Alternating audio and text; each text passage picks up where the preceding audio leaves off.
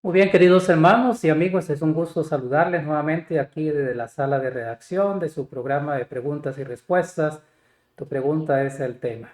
Y qué bueno poder estar al aire nuevamente con ustedes y permitirnos poder llegar a su casa, a su trabajo o en el lugar donde se encuentran en este momento. Bienvenida, hermana Raquel. Muchas gracias. Qué bueno tenerla nuevamente aquí en el programa. Estamos tratando una temática acerca del contenido bíblico y hemos analizado varios temas como la estructura interna para las personas que todavía quizás o es la primera vez que se conectan. Hay otros temas antes de esto que pueden también mirarlos y es la estructura interna. Habíamos hablado también de otro tema, el canon y la cronología bíblica. Hablamos también de los libros apócrifos y hoy vamos a hablar acerca de las traducciones bíblicas en castellano. Pero antes de ello vamos a pedir la bendición de Dios en una oración.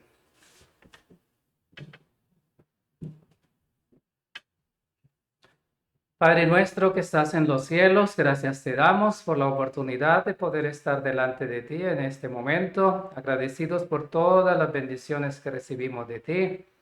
Gracias porque podemos también compartir tu palabra, dice la hermana Raquel, también en las respuestas a las preguntas y a las personas que nos escriben, las personas que se conectan, tú puedas bendecirles también, los que están viendo el programa en el día de hoy o lo irán a ver después, tú puedas bendecir también y que pueda ser bendición para tu iglesia y que podamos ser edificados espiritualmente en estos temas. Te lo agradecemos con el perdón de nuestros pecados y oramos también por tu iglesia a nivel mundial. Te lo agradecemos en Jesús. Amén. Amén.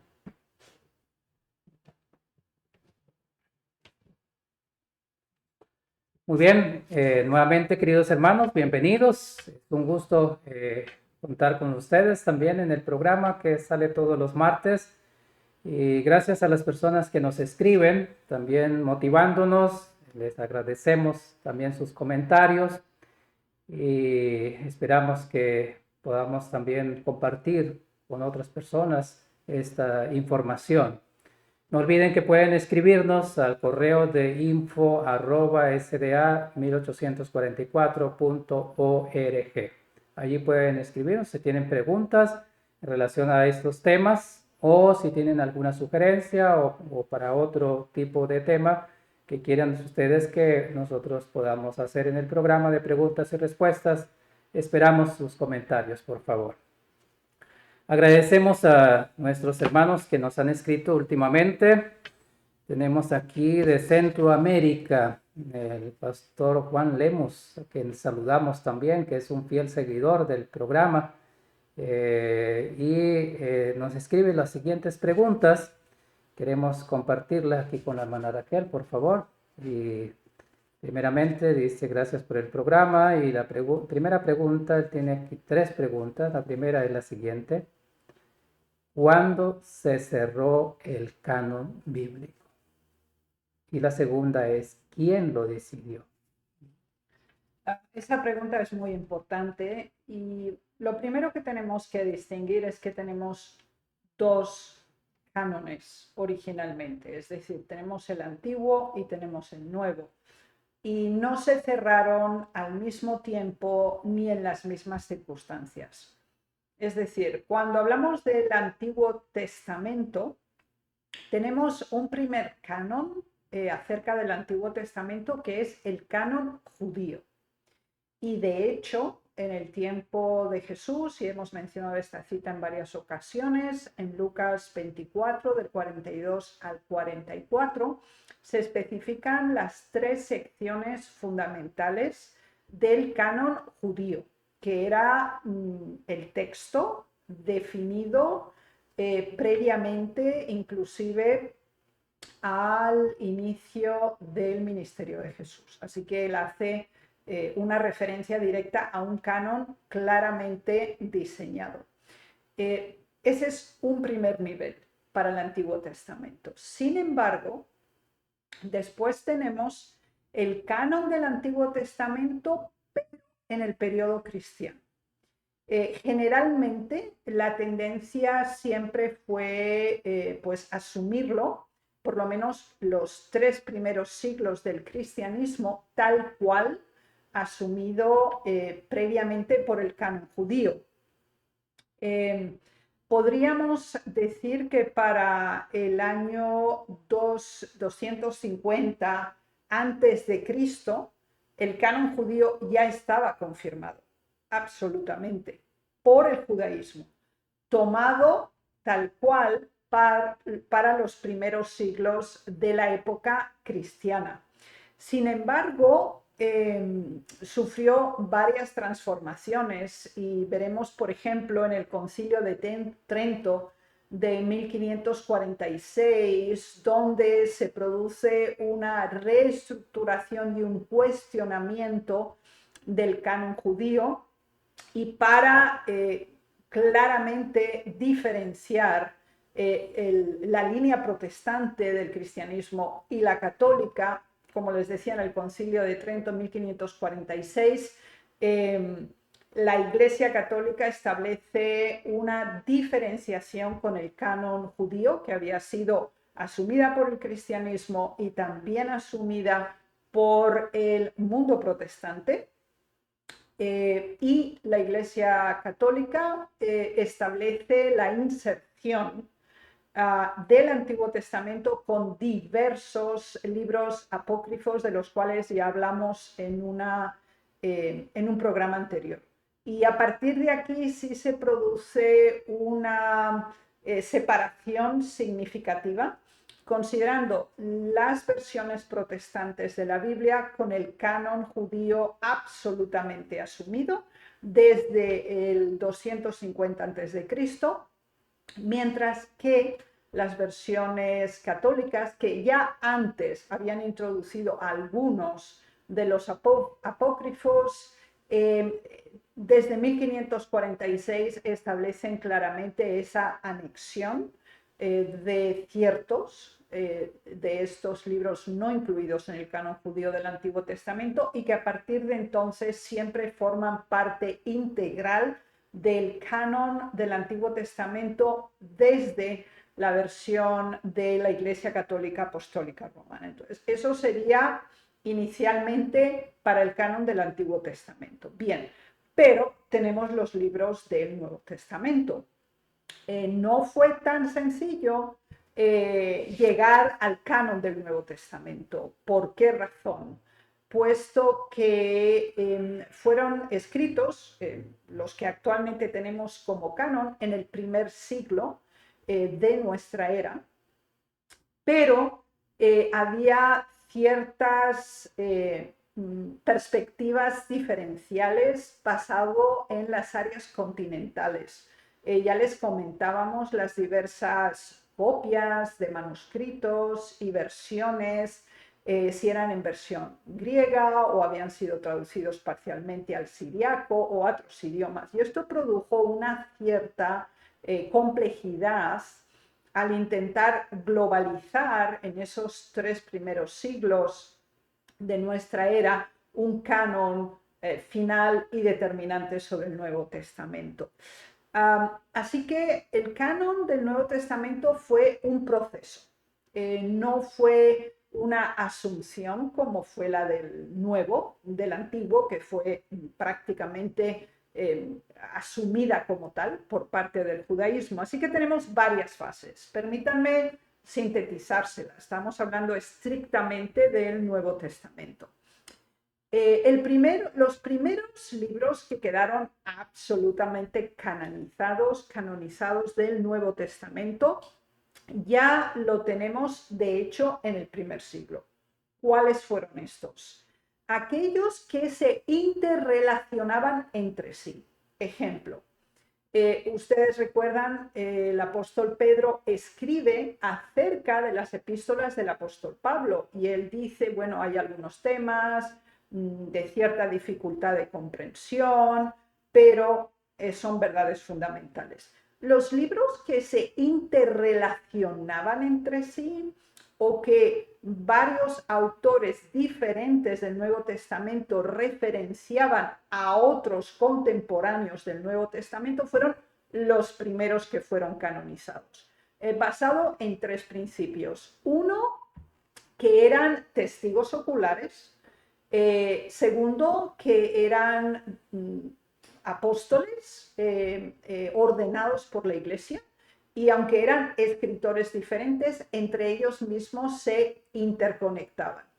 Otro ejemplo es muy interesante acerca de Lucas, porque el apóstol Pablo habla de Lucas y le dice, él está conmigo, el médico amado, lo acompañó en varios viajes misioneros, escritor de no solo el Evangelio, sino también de Hechos de los Apóstoles. Y el hecho de que Pablo lo menciona como un colaborador altamente apreciado por él, también el libro de los Hechos de los Apóstoles y escriturados por Lucas, pues sí, en ese primer siglo quedan absolutamente confirmados.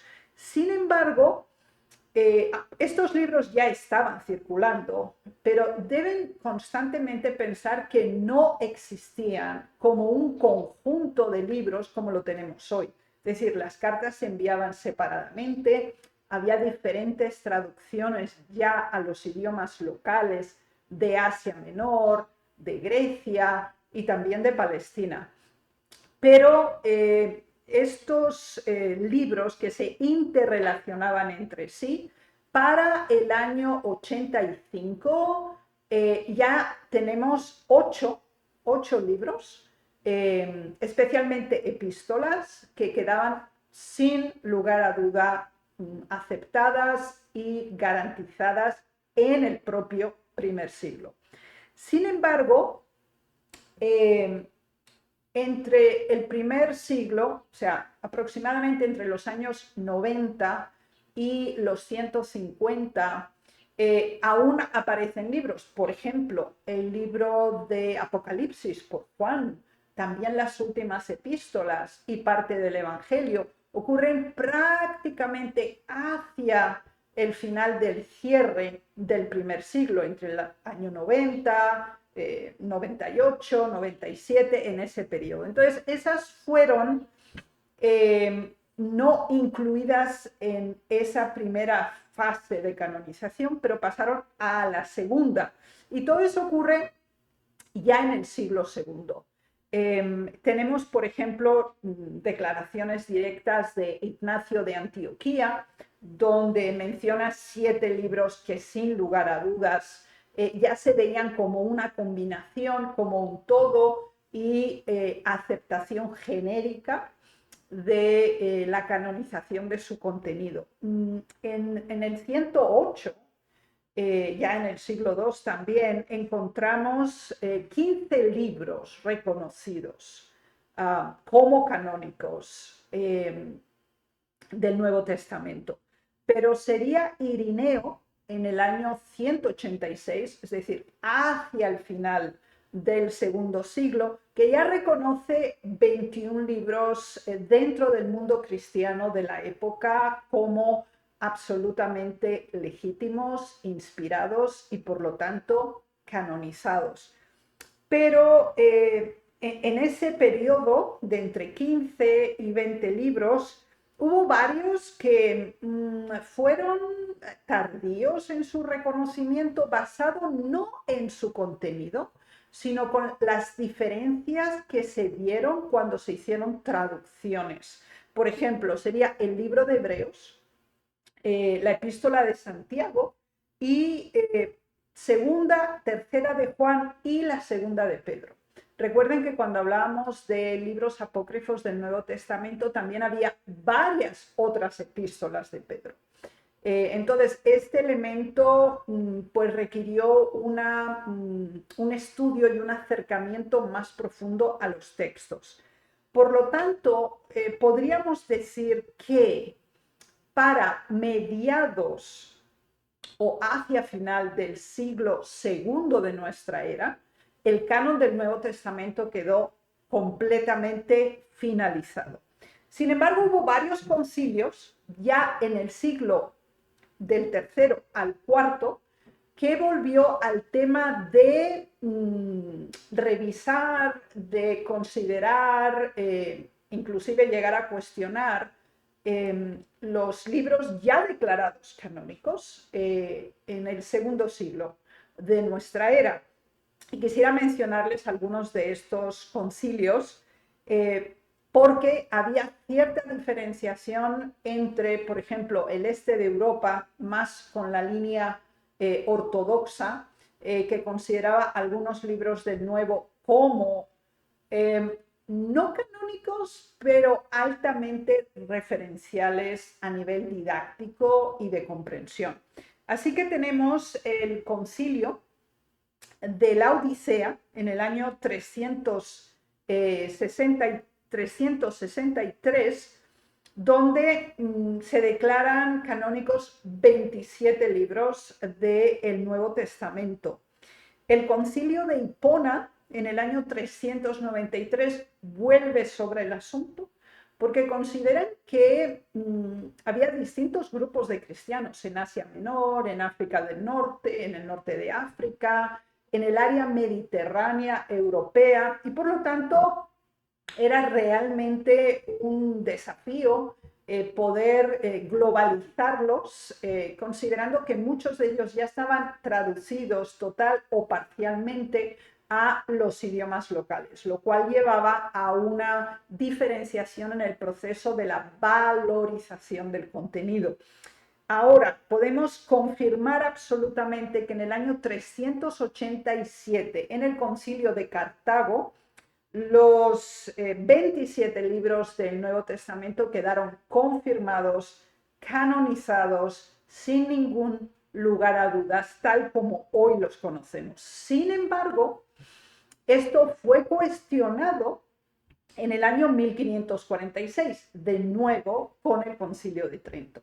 Entonces, en el Concilio de Trento sí se respeta este canon de Cartago del año 397, pero sí se hacen cambios en el canon del Antiguo Testamento. Así que nos damos cuenta que hay un proceso, un cambio importante, fundamentalmente cuando se produce esta escisión entre el protestantismo y el catolicismo. Bueno, esta es una versión muy breve, pero creo que puede ayudar a su comprensión. Ya, interesante. Muchas gracias, hermana Raquel. Y creo que ha sido también, aunque resumido, amplio el sentido de poder dar la explicación. El hermano también nos hace una pregunta y es: ¿quién ordenó la Biblia en capítulos, en versículos, así como la tenemos hoy? Bien, recordemos algo que es muy importante y es considerar este aspecto que se ha mencionado. Cuando nosotros tenemos tanto los libros del Antiguo como los del Nuevo Testamento, no existen ni subdivisiones temáticas, que ahora, por ejemplo, tenemos títulos de capítulos. Tampoco existía esa subdivisión numérica de grandes temas, ni tampoco la microsubdivisión que son los versículos. Así que siempre es muy importante cuando leemos la Biblia que no consideremos que la finalización de un capítulo es la finalización del tema. Es decir, aunque se hizo por aspectos prácticos de lectura, de identificación y de búsqueda, siempre tenemos que ver la correlación temática o una visión completa, aún cuando pueda trascender a otro capítulo o pueda quedar inclusive varios capítulos después. Bien, vayamos a las fechas. La estructura genérica entre capítulos y versículos se inicia con Stephen Langton. Él fue un arzobispo de Canterbury. Eso ocurrió en el año 1227 de nuestra era. Y es muy interesante porque el primer traductor de Biblia, de la Biblia inglesa de Wycliffe, de 1382, es la primera que establece ya esta subdivisión propuesta en 1227 por el arzobispo de Canterbury. Entonces, es la primera traducción, la de Wycliffe. donde se encuentra el modelo de redistribución de capítulos y versículos.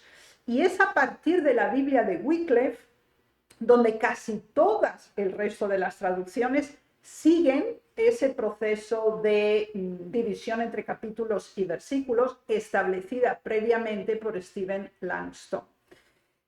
Sin embargo, hubo también otra opción en 1448 por un rabino judío que ya estableció una cierta diferenciación entre capítulos y versículos únicamente del Antiguo Testamento. Y este rabino, que bueno, tenía el nombre de Robert Etienne, él también procedió a dividir el Nuevo Testamento y es más similar a la división numérica que hoy tenemos. Él hizo ciertos reajustes. La versión inicial o propuesta inicial del 1227 de Langton, también la implementada en la Biblia de Wycliffe de 1382. Así que en el año 1555, una fecha muy fácil de recordar, sí hay ya un establecimiento estandarizado, genérico, de la división capítulos y versículos. Y eso es muy interesante porque se aplica directamente esta última en la traducción que se hace de la Biblia de Ginebra, que de hecho coloca el punto de partida para la orientación distributiva de contenido en el resto de traducciones posteriormente. Muchas gracias, hermana Raquel. Esperamos que haya podido quedar claro para nuestros hermanos también, y especialmente al hermano que está preguntando acerca de esta parte importante en lo que tiene que ver con el contenido bíblico. Pero tengo una pregunta más, y es en relación a cuándo encontramos la primera versión en castellano de la Biblia como tal. Bien, es muy interesante esta pregunta porque nosotros relacionamos el español con el país de España. Cuando nosotros encontramos las primeras traducciones, no son ni en español ni en castellano. Es la lengua romance. Es decir, es ese proceso evolutivo del latín a llegar a ser el castellano. Así que si ustedes leen una versión traducida de 1240, van a decir, bueno, pero pues esto no es español o esto no es castellano. Bien, habrá palabras que puedan identificar, otras todavía no. Esa lengua romance de la península ibérica, recuerden que para ese momento España no existe como país, es decir, existen reinos, parte de lo que es la península ibérica aún está ocupada por el poder islámico. Así que, aunque hablamos de castellano y ustedes pueden buscar en internet, porque es accesible la versión en PDF de estas iniciales traducciones, pues van a decir, bueno, pues esto no es español. Bueno, lo que es una traducción del latín, generalmente traduciendo de la Vulgata a la lengua hablada en el área de Castilla y el norte de lo que hoy es España, pero que en ese tiempo eran reinos diferenciados. Entonces, eso es lo que podemos decir acerca de la más próxima versión de contenido. Ok, muchas gracias, hermana Marta. Tengo otra, hermana Raquel, por la información y por la aclaración acerca de este tema, acerca de las versiones bíblicas. Tengo una pregunta más en relación a esto mismo, y es, ¿cuáles son las versiones fundamentales y qué fuentes usaron en este caso? Sí, es muy importante categorizar las fuentes utilizadas para poder generar la verificación del contenido. Es decir, las primeras traducciones que se hicieron, como les decía, las primeras que tenemos, quizá hubo antes, pero que haya manuscritos, es del siglo XIII. Entonces, ¿qué ocurre? La mayoría de ellas son traducciones directamente de la Vulgata, es decir, traducidas directamente del latín al idioma hablado en la península ibérica en ese momento. Así que tenemos versiones en gallego, tenemos versiones en un portugués, no el moderno, pero más próximo al actual. Tenemos traducciones al catalán, dependiendo de los condes y de los reyes que patrocinaron traducciones. Así que generalmente todas las que entraban dentro del mundo cristiano de la época en la península ibérica eran traducidos prácticamente desde el siglo XIII al siglo XV directamente del latín, de la traducción de la Vulgata. Pero es muy interesante que tenemos una población safardí, es decir, judíos que vivían en la península ibérica, que vivían tanto en el centro sureste, que estaba bajo el dominio islámico, como también judíos que vivían en la zona centro-norte de la península ibérica. Y ellos también hicieron traducciones. Pero lo interesante es que estas traducciones eran directamente del hebreo, de los textos masoréticos, porque ellos eran judíos, y lo traducen de nuevo al safardí, que es también una lengua romance, es decir, en ese proceso intermedio de llegar al castellano como lo conocemos hoy, donde hay muchos matices y palabras que quizás no son comprensibles para nosotros. Piensen que entre el siglo X y XIII la gramática del castellano no está confirmada, porque aunque se dice que es castellano, no es como lo conocemos hoy. Así que básicamente los textos se bifurcan entre las versiones en latín, traducidas a la lengua romance de la época, o las traducciones hechas por judíos que vivían en la península ibérica, incluyendo la península ibérica, Portugal y España hoy, y usando ellos sí las versiones originales del Antiguo Testamento en hebreo de acuerdo a la versión masorética. Ok, muchas gracias, hermana Raquel, por su explicación. Y creo que podemos ir un poco más a la información que podemos tener también en diapositivas para tener una ampliación sobre este tema de las versiones en castellano que tenemos hoy actualmente, y cada vez tenemos más. Y vamos a mirar entonces cuáles son esas versiones, cómo considerarlas como tal para nuestro trabajo como tal. Hermana Raquel, tiene su tiempo entonces para Gracias. la explicación. Bien, yo solamente voy a cubrir hasta un periodo específico, no hasta la contemporaneidad, porque hay versiones, bueno, sin cuento, o sea, no podríamos computarlas todas. Ahora, este cubre un periodo importante donde los textos genéricos quedan confirmados, y lo cubro básicamente hasta el siglo XIX, donde a partir de entonces ha habido ciertos matices, pero básicamente no diferencias significativas. Por lo tanto, vamos a empezar con las diversas ediciones. Retomo esta diapositiva de un programa inicial que se hizo acerca del contenido bíblico, y desearía que leyéramos una vez más Juan 19:20. Se nos dice en la palabra de Dios. Este título decía entonces muchos de los judíos, porque el lugar donde crucificaron a Jesús estaba al lado de la ciudad y estaba escrito en hebreo, griego y latín. Y de hecho, esos tres idiomas fueron fundamentales para las traducciones posteriores a diversos idiomas. Por lo tanto, revisemos por un momento este pequeño esquema que ustedes pueden ver aquí. El texto masorético, básicamente estamos hablando del Antiguo Testamento.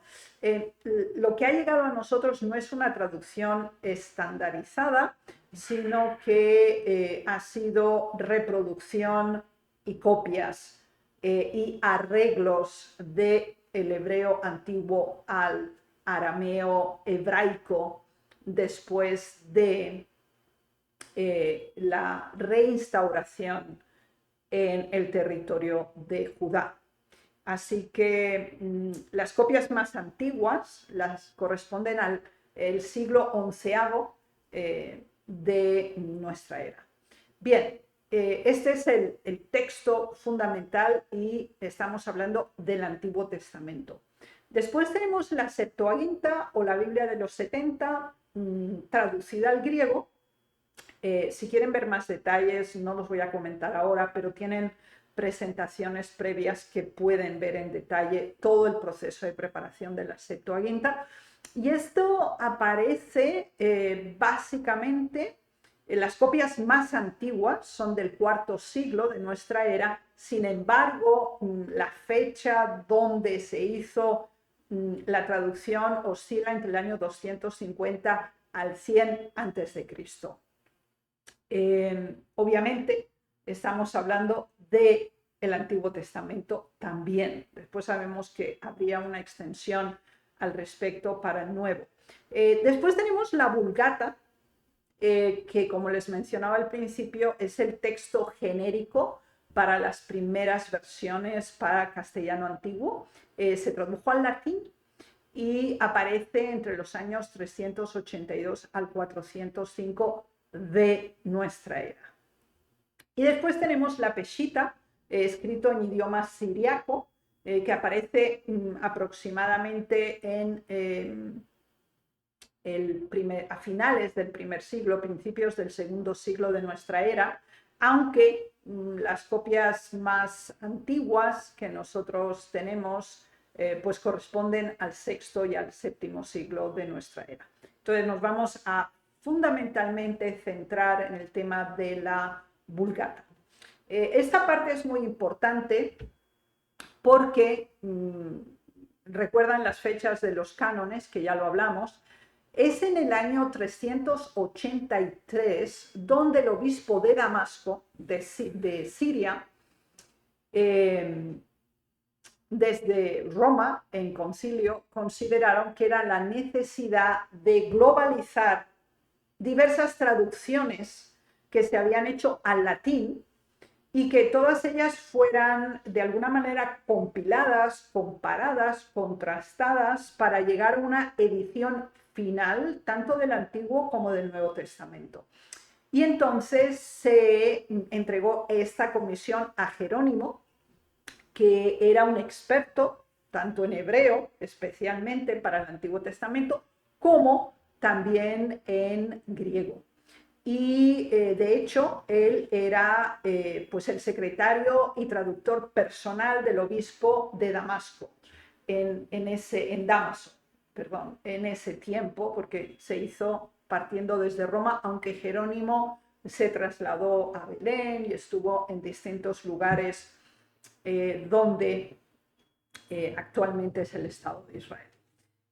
Bien, entonces esta es la versión más antigua consolidada que tenemos de la Biblia. Y esta es importante para nosotros porque es a partir de esta versión en latín que fueron traducidos de la lengua griega el Nuevo Testamento y del hebreo el Antiguo Testamento, que de hecho ya se había empezado a hacer tales traducciones al latín y se tienen manuscritos separados desde el año 150 de nuestra era.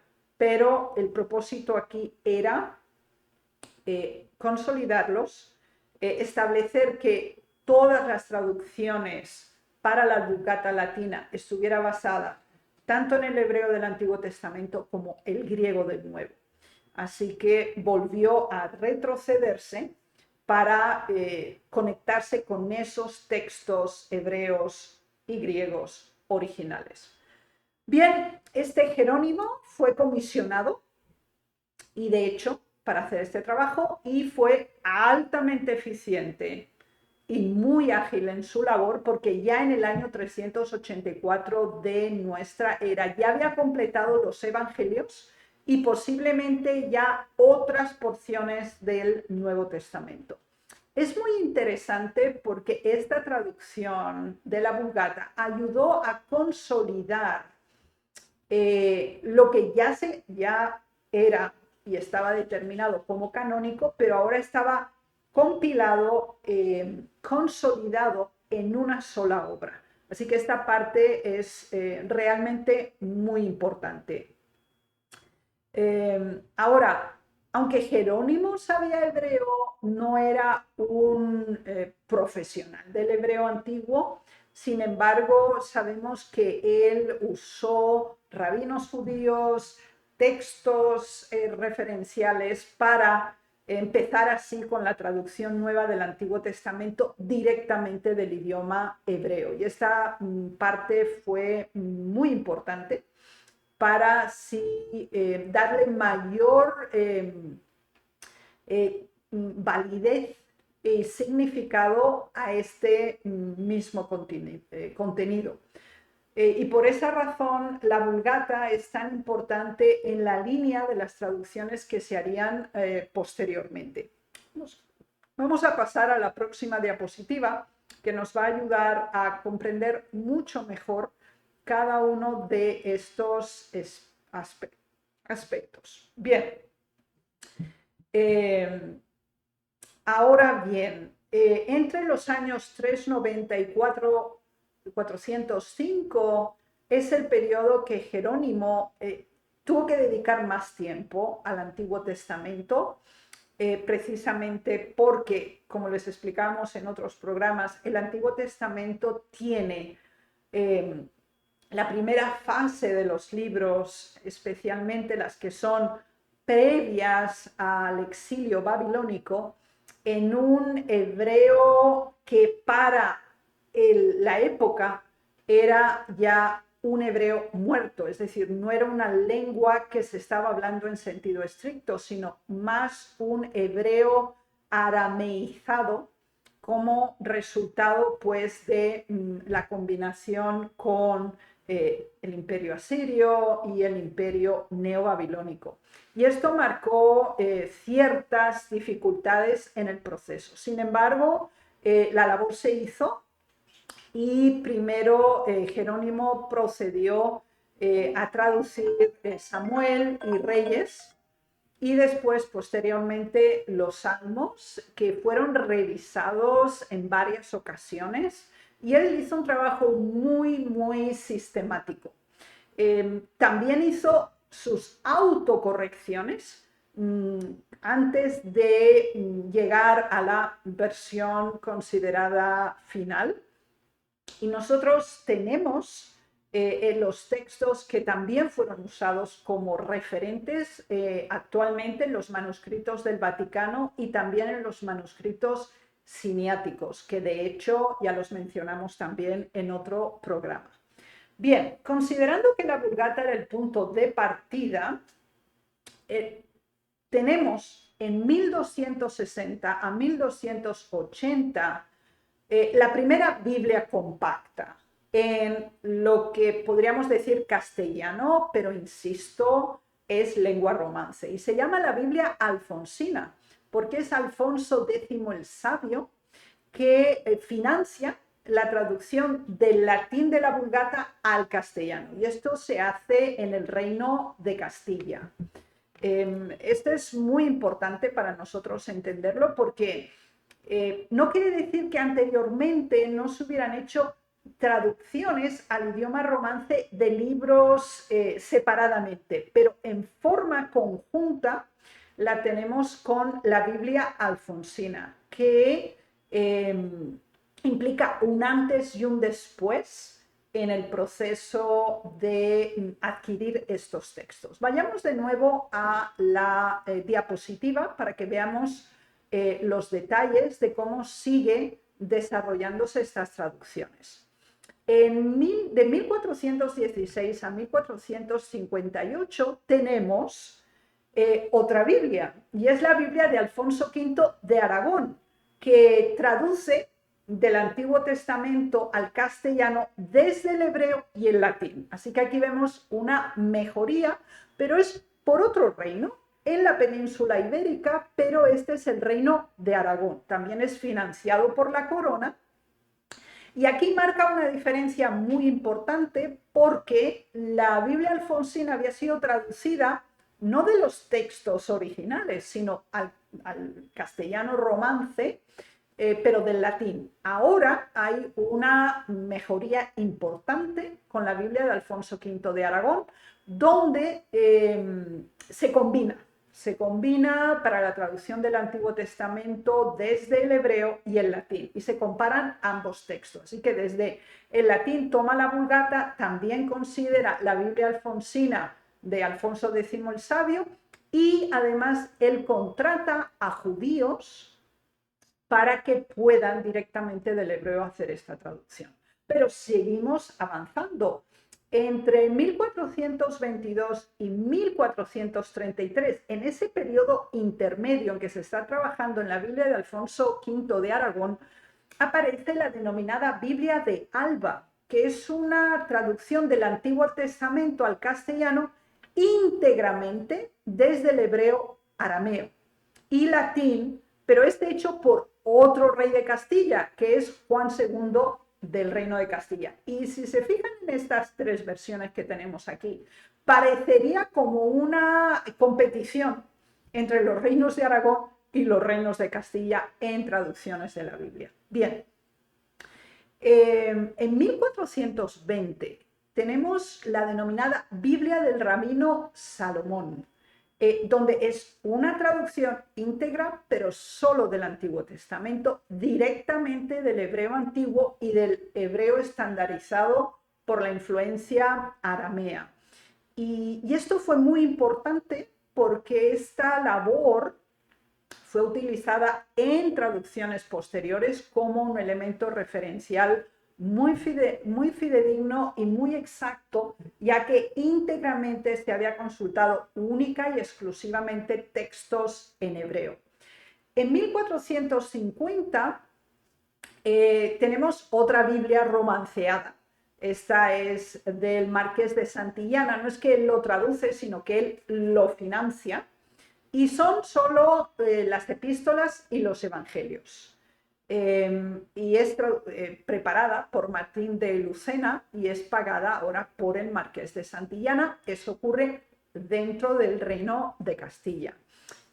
De nuevo, otra vez seguimos con la misma dinámica de competición entre el Reino de Castilla y el de Aragón, porque en 1484 aparece otra versión de las epístolas y de los evangelios, ahora sí traducido por Gonzalo García de Santa María, y es la Biblia en castellano, pero por partes.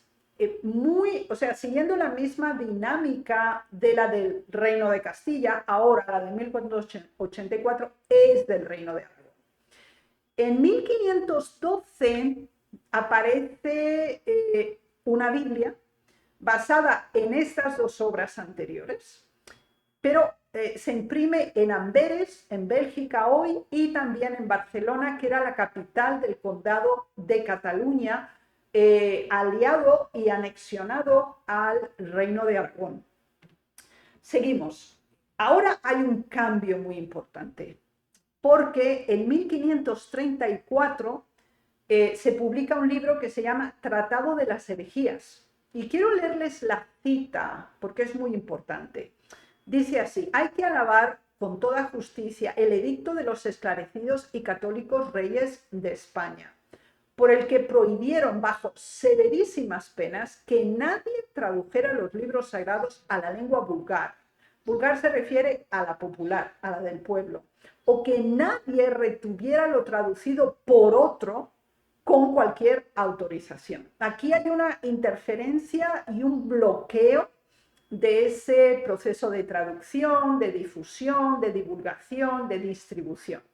Y ahora, en 1543, Francisco de Encinas produce un Nuevo Testamento. Pero fíjense que como hay esta prohibición de 1534, a partir de aquí, hasta un periodo específico, ya no se imprimen Biblias en el Reino de Castilla ni de Aragón, sino que son castellanos, aragoneses o catalanes que en el extranjero lo publican. Y en 1543 hay un Nuevo Testamento publicado, como les decía, en Amberes, Bélgica actualmente, directamente del griego al romance castellano de la época.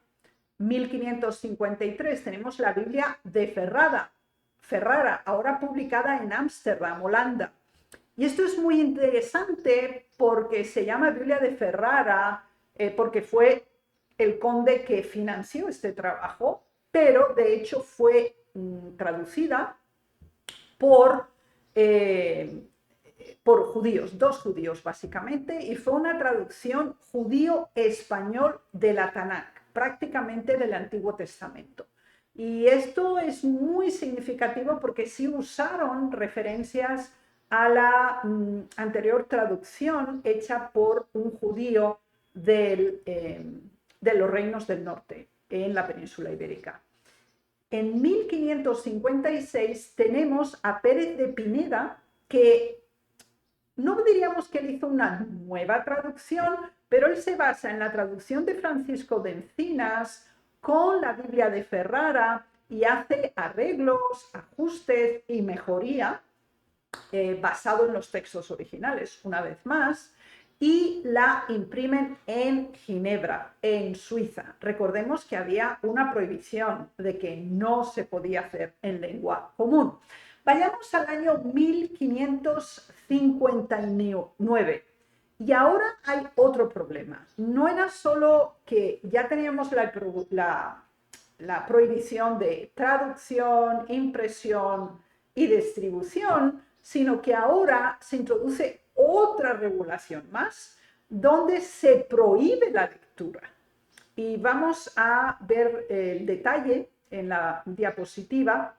En 1559 se prohíbe explícitamente la lectura de la palabra de Dios en el idioma vulgar o en otro cualquiera, si no está en hebreo, caldeo, griego o latín.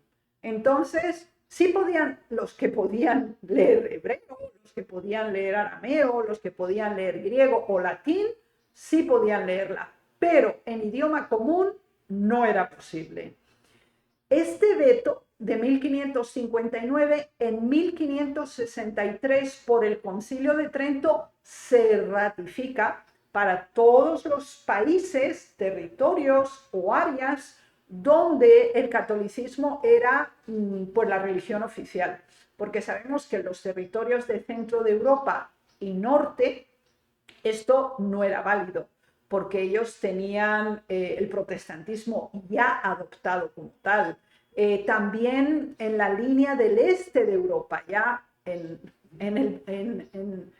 el año 1054 ya había habido una escisión entre el Papa de Roma y el Patriarca de Constantinopla, así que esto tampoco era válido para el este de Europa o el área ortodoxa, que ellos también tenían sus propias traducciones y versiones de la Biblia. Así que estamos hablando estrictamente de los países cuyos monarcas se declaran católicos y defensores de esta fe católica. Entonces ellos adoptan esta regulación dada por el Concilio de Trento, confirmada por la Inquisición e implementada en sus territorios. Vayamos a la diapositiva y veamos cómo, a pesar de todas esas limitaciones, la traducción continúa.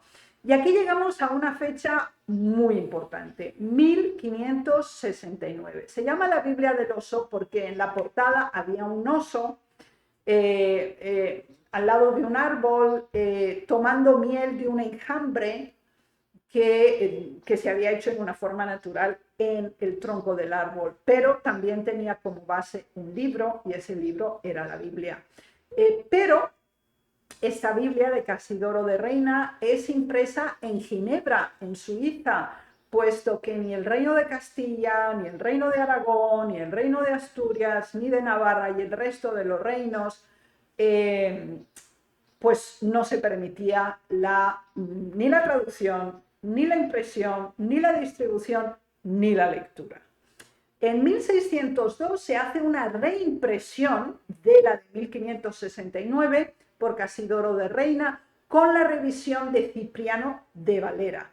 Y esta se llama la Biblia del Cántaro, porque en la portada hay un cántaro, simplemente, en diferenciación de la Biblia del Oso. Esta, la de 1602, que es un trabajo entre Casidoro de Reina y Cipriano de Valera, es la base textual de los manuscritos en hebreo y en griego. Así que esta es la que hasta este momento es íntegramente basada en los textos originales.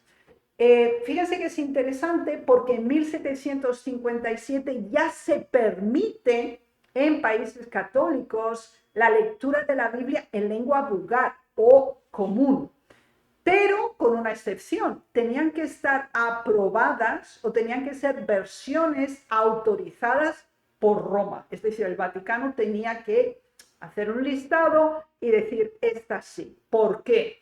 Porque, si ustedes lo recuerdan, ya habíamos tenido el Concilio de Trento en el 1563 y ahora teníamos dos versiones de la Biblia. Teníamos la versión protestante y la versión católica. Y la católica en el Antiguo Testamento pues tenía la adición de los apócrifos, así que era muy importante por parte del Vaticano asegurarse que en los países declarados católicos se usara única y exclusivamente la versión legitimada del Vaticano desde Roma, donde estaban también pues, los libros apócrifos del Antiguo Testamento. En 1790 es la primera vez y donde se hace en suelo español, en latín y en español. Es una Biblia bilingüe y se llama Biblia de Sicio. Y esta obviamente está basada en el canon católico. 1823, y esta fecha es muy importante porque es la primera vez que se imprime una Biblia en 1831. Es la primera vez que se traduce una Biblia en América Latina. Y es México, el primer país donde se hace, pero es una traducción de la Vulgata latina, no de los textos originales, ¿sí? Y esta parte es muy, muy importante. Y en 1944 pues tenemos la Biblia Nácar Colunga, que es traducción de los textos originales inspiradas en Cipriano de Valera, y en ese contexto esta sería una reconfirmación de la que teníamos de 1602, que es la combinación de Valera con Casidoro de Reina, y que ahora se revisa, se compara y se enriquece en una forma muy importante y se convierte de esta manera en la referencia básica para un castellano ya estandarizado y regulado gramaticalmente de acuerdo a todos los principios que se consideran legítimos. En la diapositiva pueden ver una cita del Conflicto de los Siglos. Es la introducción, escrito por la hermana White, donde ella presenta claramente que durante los 25 primeros siglos de la historia humana no hubo revelación escrita, no fueron transcritos. Sin embargo, empieza con el tiempo de Moisés y después sigue con el proceso del tiempo. Así que es muy importante para nosotros tener esta idea panorámica. Sabemos que en inglés o en francés toma otro tipo de orientaciones las traducciones de la Biblia. Tenemos este mismo programa, pero en la versión inglesa de las Biblias, pero esta en castellano se podría añadir mucho más, como les comentaba al principio, pero esto les permite tener una idea panorámica de cómo fue el proceso hasta las versiones estandarizadas y más cercanas a los textos originales que actualmente están a disposición. Muchas gracias, hermana Raquel, por la explicación amplia acerca de esta parte de las versiones bíblicas, versiones en castellano, ¿no? Y es interesante, ¿no? De la forma como ha venido presentándose una y otra. Y bueno, quizás la que más se usa o usamos en castellano es la Reina Valera. Quizás la Ujú. pregunta es, ¿por qué se usa más esa Reina Valera como tal, como una Biblia más conocida? Bueno, esa es muy importante porque si recuerdan las fechas que mencionamos, es la más exacta basándose en los textos originales. Y es interesante porque claro que el idioma evoluciona. Entonces, claro, la conjunta de 1605, que es cuando sale por primera vez, hasta las versiones que tenemos del 44, del 60, del 90, pues sí. Lo que no se ha hecho es cambio de contenido. Lo que se ha hecho es facilitación de comprensión. Porque claro, si tomamos la versión de 1605, pues vamos a tener conceptos, términos, expresiones, o inclusive la formulación de frases que nos suenan extraño. Sin embargo, lo único que se ha hecho son actualizaciones de lenguaje, no de O sea, contenido. palabras Más más actuales. actuales, más contemporáneas, también el giro de las frases, no tan basadas al latín que se hablaba en aquel tiempo, evolucionado a la lengua romance desde 1605 hasta ahora. También se ha intentado que fuera un castellano neutral, es decir, que no tuviera solo una referencia del castellano de España, sino que tuviera pues un enriquecimiento de expresiones que fueran comunes al Entendibles. mundo hispanohablante en Ujú, general y que no tuviera connotaciones que fueran netamente castellanas, ujú. sino que pudieran sentirse identificados latinoparlantes del continente americano. Interesante. Sí. Así es. Hay otras versiones, como usted mencionó, otras versiones Ujú. más recientes y que también le han hecho eso, o sea, las palabras más fáciles de entender, como más contemporáneas, como tal, Ya. de poderlas llevar como al conocimiento del lugar donde nos movemos nosotros.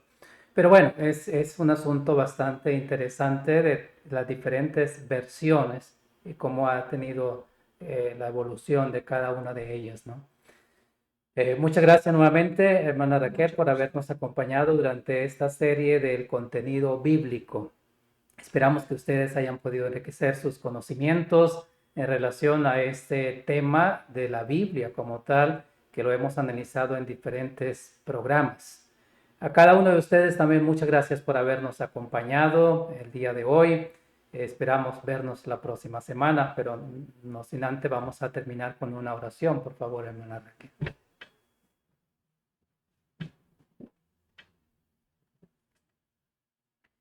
Padre nuestro en los cielos, ante ti venimos y lo hacemos con corazones gratos, alabando tu nombre por las maravillosas verdades de tu palabra. Tú has velado sobre los escritos que originalmente inspiraste a tus fieles seguidores y la has preservado hasta nuestros días. Ha costado la sangre de mártires, la lucha de los fieles en el tiempo, pero ayúdanos a apreciar esta palabra proveniente de ti y dada para nosotros. Ayúdanos para que sea nuestro tema de estudio, de reflexión y de esa manera también seamos transformados por la obra del Espíritu Santo. Ayúdanos también a difundirla, a darla a conocer siempre que tengamos la oportunidad y a tiempo y fuera de tiempo. En el nombre de Jesús. Amén. Amén.